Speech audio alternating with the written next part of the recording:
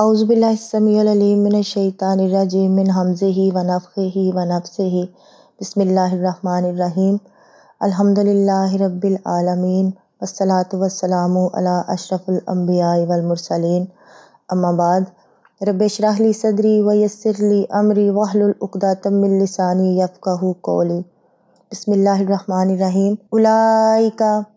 یہی لوگ علی ھدی ہدایت پر ہیں من ربہم اپنے رب کی واولئک اور یہی لوگ هم المفلحون فلاح پانے والے ہیں، یعنی یہ لوگ جنہوں نے پیچھے ہم نے 6 ذکر کی گئی ان چیزوں پر ایمان لائے اور اسی کے مطابق اپنی زندگی گزاری،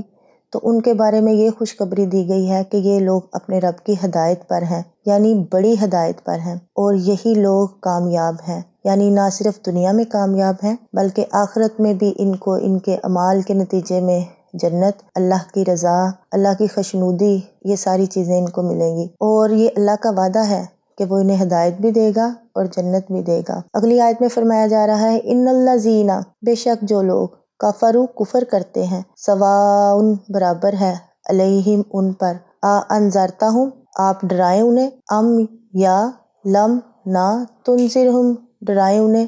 لا یؤمنون وہ نہیں مان لائیں گے۔ اس سے مراد تمام کافر تو نہیں ہو سکتے کیونکہ بے شمار کافر دعوت کے نتیجے میں ایمان لائے اور لا بھی رہے ہیں، تو اس لیے یہاں مراد وہ لوگ ہیں جو پچھلی آیات میں جن 6 چیزوں کا ذکر کیا گیا ان میں سے بعض کا انکار کر دیتے ہیں اور ہٹ درمی کی اس حد تک پہنچ جاتے ہیں کہ اگر یہ حق بھی ہو تو ہم اسے نہیں مانیں گے، جس طرح بعض یہود مدینہ اور ابو جہل اور اس کے ساتھی وغیرہ۔ جب کوئی طے کر لے کہ میں نے ماننا ہی نہیں تو اسے ایمان کیسے نصیب ہو سکتا ہے؟ سوئے ہوئے کو جگایا جاتا ہے، جاگتے ہوئے مدہوش کو کون جگا سکتا ہے؟ تو اس کے یہ معنی نہیں کہ ڈرانا بالکل فضول ہے، بلکہ اللہ تعالیٰ کا پیغام ہر شخص تک پہنچانا فرض ہے، کیونکہ ہم نہیں جانتے کہ اللہ کے علم میں کون ایمان لانے والا ہے اور کس کی قسمت میں کفر پر اصرار ہے۔ ہمیں ہر حال میں ڈرانے پر ثواب ملے گا اور نہ ڈرانے پر باز پرس ہوگی، اس لیے فرمایا کہ ڈرانا نہ ڈرانا ان پر برابر ہے، یعنی کفار کے پر برابر ہے، یہ نہیں فرمایا کہ آپ پر برابر ہے۔ ختم اللہ مہر لگا دی اللہ نے، علی قلوبہم ان کے دلوں پر، وعلی سمعہم اور ان کے کانوں پر، وعلی ابصارہم اور ان کی آنکھوں پر، غشاوۃ پردہ ہے، ولہم اور ان کے لیے عذاب عظیم عذاب ہے بڑا، یعنی اللہ نے ان کے دلوں پر ان کے کانوں پر مہر لگا دی اور ان کی نگاہوں پر بھاری پردہ ہے اور ان کے لیے بہت بڑا عذاب ہے۔ تو یہ ساری چیزیں کس وجہ سے ہیں کہ جب انہوں نے پکا ارادہ کر لیا کہ ہم نے کفر ہی کرنا ہے، ہم نے انکار ہی کرنا ہے، اور جب انہوں نے اچھی طرح یعنی کہ حق کو جان کر اللہ تعالیٰ کے ارشادات کو خوب سمجھ لینے کے بعد محض اپنی ہٹ درمی اور ضد کی وجہ سے ٹھکرا دیا، تو اس کے نتیجے میں جو ہے نا اللہ نے ان کے دلوں پر مہر لگا دی۔ ایک بات واضح ہو جانی چاہیے یا کر لینی چاہیے کہ انسان کو اللہ تعالیٰ نے آنکھیں، کان اور دل اس لیے نہیں دیے تھے کہ وہ ان اعضاء سے صرف اتنا ہی کام لے جتنا دوسرے حیوان لیتے ہیں اور جانوروں کی طرح صرف اپنے کھانے پینے اور دنیاوی مفادات پر ہی نظر رکھے، کیونکہ انسان کو اللہ تعالیٰ نے فہم و دانش کی دوسرے جانوروں سے بہت زیادہ قوتیں عطا فرمائی ہیں۔ انسان کی ہدایت کے لیے اللہ تعالیٰ نے آسمانی کتابیں نازل فرمائیں جو انسان کی توجہ کو کائنات میں ہر سو اللہ تعالیٰ کی بکھری ہوئی نشانیوں کی طرف مبذول کراتی ہے تاکہ انسان ان سے اللہ تعالیٰ کی معرفت حاصل کرے۔ پھر اگر انسان کانوں سے قرآن کی آیات کو سننا تک گوارا نہ کرے اور کائنات میں بکھری ہوئی آیات کو آنکھوں سے دیکھنے کی بھی زحمت گوارا نہ کرے تو اس کی ہدایت کو کوئی صورت باقی رہ جاتی ہے، یعنی کوئی بھی صورت اس کی ہدایت کے لیے باقی نہیں۔ اور اس سے بھی بدتر صورتحال ان لوگوں کی ہے جو اللہ کی آیات سن بھی لیتے ہیں اور ان کے دل انہیں سمجھ بھی لیتے ہیں، لیکن وہ اپنی چودراہٹوں یا بعض دوسرے دنیاوی مفادات کی خاطر حق کو قبول کرنے پر آمادہ نہیں ہوتے بلکہ الٹا مخالفت اور تعصب پر اتر آتے ہیں، تو ایسے لوگوں کی آئندہ ہدایت پانے کی بھی کوئی صورت باقی نہیں رہ جاتی، اور اسی بات کو اللہ تعالیٰ نے دلوں اور کانوں پر مہر لگانے اور آنکھوں پر پردہ ڈالنے سے تعبیر فرمایا ہے، اور اس بات کی تائید اس حدیث سے بھی ہوتی ہے۔ سیدنا ابو ہریرہ رضی اللہ عنہ کہتے ہیں کہ نبی اکرم صلی اللہ علیہ وسلم نے فرمایا، بندہ جب کوئی گناہ کرتا ہے تو اس کے دل پر ایک سیاہ نقطہ پڑ جاتا ہے، پھر اگر وہ گناہ چھوڑ دے اور استغفار کرے اور توبہ کرے تو اس کا دل صاف کر دیا جاتا ہے، اور اگر دوبارہ کرے تو نقطہ بڑھ جاتا ہے حتیٰ کہ دل پر چھا جاتا ہے، اور یہی وہ زنگ ہے جس کے متعلق اللہ تعالیٰ نے فرمایا، سورۃ مطففین کی آیت ہے کہ بل کلا بل رانا علی قلوبہم ما کانوا یکسبون،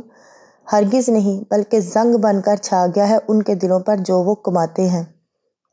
وَمِنَ النَّاسِ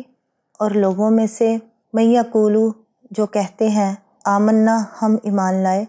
باللہ اللہ کے ساتھ وبالیوم الآخر اور آخرت کے دن کے ساتھ وما ہم بمؤمنین حالانکہ وہ ہرگز ایمان نہیں لائے۔ اس سے پہلے 5 آیات میں اہل ایمان اور 2 آیات میں کھلے کافروں کے ذکر کے بعد منافقین کی خصلتوں کا ذکر 13 آیات میں فرمایا ہے، کیونکہ چھپا ہوا کفر زیادہ خطرناک ہے اور اس کی پہچان بہت مشکل ہے۔ یخادعون اللہ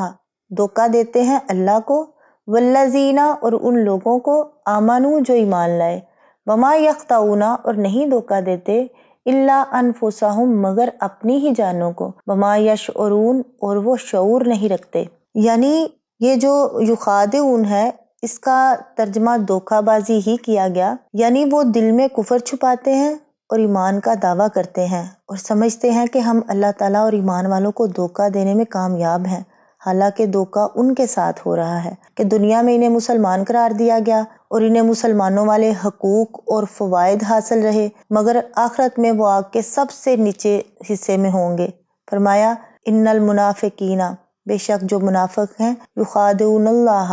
وہ دھوکہ دیتے ہیں اللہ کو، وہو خادعوہم اور حالانکہ وہ انہیں دھوکہ دینے والا ہے، یعنی کہ وہی ان کو دھوکہ دینے والا ہے اور انہیں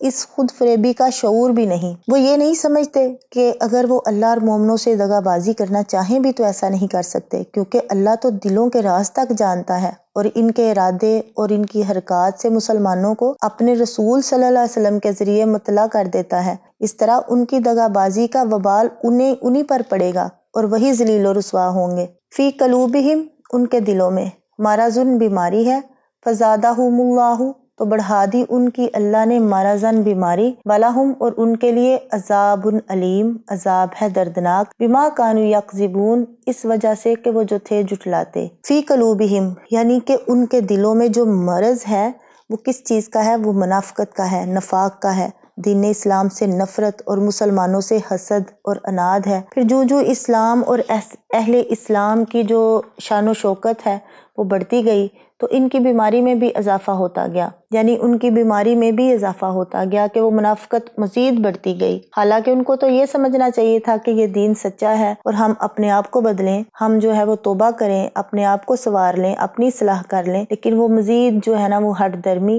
اور دشمنی میں ہی بڑھتے گئے۔ تو آپ بات ایک اچھی طرح یہ سمجھ لیں کہ کوئی شخص اللہ کو دھوکہ دے یہ کیسے ہو سکتا ہے جو عالم الغیب ہے، اور مومنوں کا دھوکہ دے جو جن سے زیادہ فراست والا کوئی ہو ہی نہیں سکتا، اور سمجھے کہ میں دھوکہ دینے میں کامیاب ہوں۔ فرمایا اس کی وجہ یہ ہے کہ ان کے دل ایک ایسے مرض میں مبتلا ہے جس نے انہیں خود فریبی کی آخری حد تک پہنچا دیا ہے۔ وہ مرض نفاق ہے جو کفر کو چھپانے کی کوشش کا نام ہے۔ اس بیماری سے بے شمار نفسیاتی بیماریاں مزید پیدا ہوتی اور بڑھتی چلی جاتی ہیں، مثلاً جھوٹ، خیانت، وعدہ خلافی، بد عہدی، بد زبانی، جنہیں رسول اللہ صلی اللہ علیہ وسلم نے منافق کی نشانیاں قرار دیا ہے۔ اسی طرح فساد، خود پسندی، بے وقوفی، دو رخی جن کا ذکر آئندہ آیات میں ہے، اور بہت سی دیگر بیماریاں مثلاً بزدلی، طمع، بخل، جہاد سے فرار وغیرہ، اور جن کا ذکر سورہ توبہ اور دیگر صورتوں میں بھی ہے۔ اس کے بعد جو فرمایا گیا کہ بما کانوا یکذبون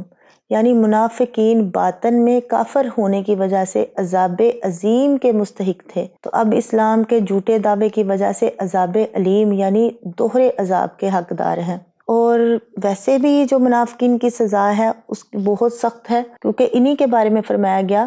کہ ان المنافقین فی الدرک الاسفل من النار، یعنی جو بے شک جو منافق ہیں وہ دوزخ کے سب سے نچلے طبقے میں ہوں گے۔ تو یہ جو ان کا جو جھوٹا دعویٰ تھا کہ آمنا باللہ والیوم الآخر، تو اس دعویٰ کی جو ہے وہ مخالف سمت یعنی یہ ہوگا کہ ان کے لیے دردناک عذاب ہوگا۔